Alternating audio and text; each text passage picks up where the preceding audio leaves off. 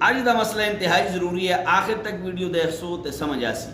अगर तुसी नमाज जनाजा पढ़ना चाहते हो जूते ला के ते आया नमाज जनाजा जूतियाँ समेत चप्पल समेत पढ़ सकते हो या ना, ये इंतहाई अहम मसला है, इंतहाई ज़रूरी मसला है, इंतहाई तवज्जो तलब मसला है कि जूतियाँ समेत चप्पलों समेत तुसी नमाज जनाजा पढ़ सकते हो या ना।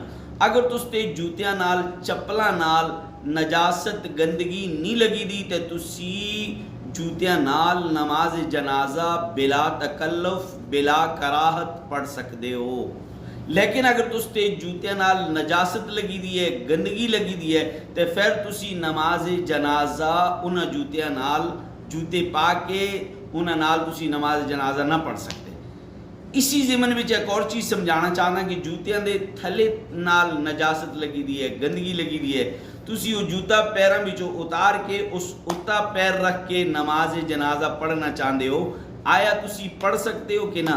इस सूरत में तुसी जूता उतार के अगर जूते दे थले नाल गंदगी लगी दी है, नजासत लगी दी है, जूता उतार के उस उत्ता पैर रख के तुसी नमाज जनाजा पढ़ सकते हो। शरई मसला ये है, कुरान और हदीस का मसला है। बाकी बहुत सारे लोग जी जूते पा के नमाज पढ़ते हैं, जूते ला के नमाज पढ़ते हैं, नमाज जनाजा पढ़ते आया इस तरह और जुल्दी है। जी हाँ, नमाज जनाजा में कोई हरज नहीं आती, इस वजह तो कि नमाज जनाजा में सजदा नहीं, इस वजह तो कि नमाज जनाजा में सजदा नहीं और नमाज जनाजा अक्सर खुले मैदाना में होती है।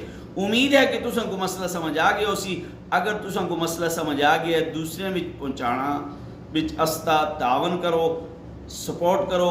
यूट्यूब चैनल हिंद को इस्लामी चैनल को सब्सक्राइब करो, फेसबुक को फॉलो करो, टिकटॉक को फॉलो करो। अस्सलाम वालेकुम।